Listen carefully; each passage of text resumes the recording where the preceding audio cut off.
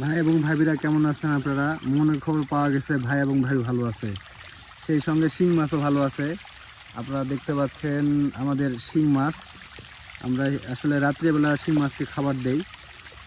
রাত্রে মাছ শিং মাছ খেতে বেশি পছন্দ করে। দেখেন আপনারা দেখতে পাচ্ছেন শিং মাছ, এগুলো আসলে দেশি শিং মাছ। আমরা যদি দেখাই আপনাদেরকে, দেখতে পাচ্ছেন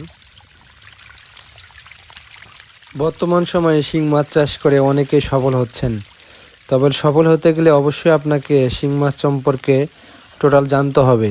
তবে আজকে আমরা আলোচনা করব শিং মাছ সম্পর্কে। শিং মাছ কীভাবে চাষ করবেন এবং কিভাবে চাষ করলে আপনি সফল হবেন, সেই জিনিসটা নিয়ে আজকে আলোচনা করব আমরা।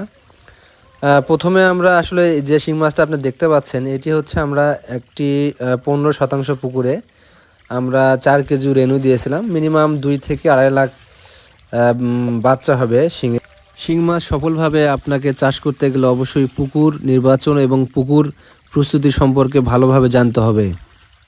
পুকুর প্রস্তুতির সময় অবশ্যই আপনাকে মাথায় রাখতে হবে আপনার পুকুরে যেন অধিক কাদা না থাকে, কারণ শিং মাছের কাদার প্রয়োজন আছে। তবে অধিক কাদা আপনার অ্যামোনিয়া গ্যাস সৃষ্টি করবে, এতে করে আপনার মাছ রোগাক্রান্ত হবে, আপনি সঠিকভাবে মাছ চাষ করতে পারবেন না। তাই আপনাকে শিং মাছ চাষ করতে গেলে আপনার পুকুরে যদি 1 ফিট বা 1.5 ফিট কাদা থাকে, আপনাকে 4 ইঞ্চি অথবা 5 ইঞ্চি কাদা রেখে সম্পূর্ণ কাদা ফেলে দিতে হবে।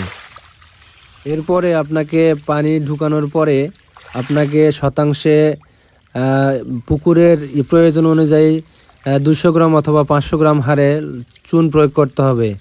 এরপরে আপনাকে পানি ঢুকাইতে হবে। পানি ঢুকানোর পরে আপনার পানি 3 থেকে 3.5 ফিট হওয়ার পরে আপনাকে শিং মাছের পোনা দিতে হবে। অবশ্যই আপনাকে এর আগে চেক করতে হবে অ্যামোনিয়া পিএইচ ঠিক আছে কিনা। যদি অ্যামোনিয়া পিএইচ ঠিক থাকে তাহলে আপনি নতুন চাষি হইলে আপনার শতাংশে 3 থেকে 4 হাজার দিতে পারবেন। যদি পুরাতন চাষি হন তাহলে 5 থেকে 7 হাজার পর্যন্ত আপনি দিতে পারবেন।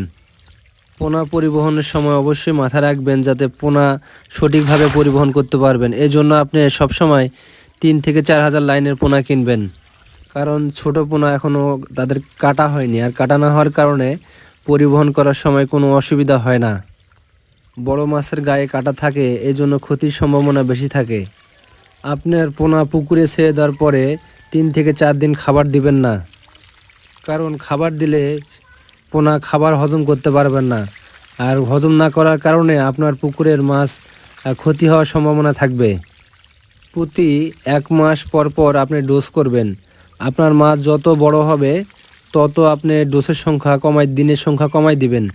ধরেন আপনি 1 মাস পর ডোজ করছেন, এরপরে আপনি 20 দিন পর ডোজ করবেন, এরপরে আপনি 15 দিন পর করবেন, এরপরে 10 দিন করবেন, এভাবে করতে থাকবেন।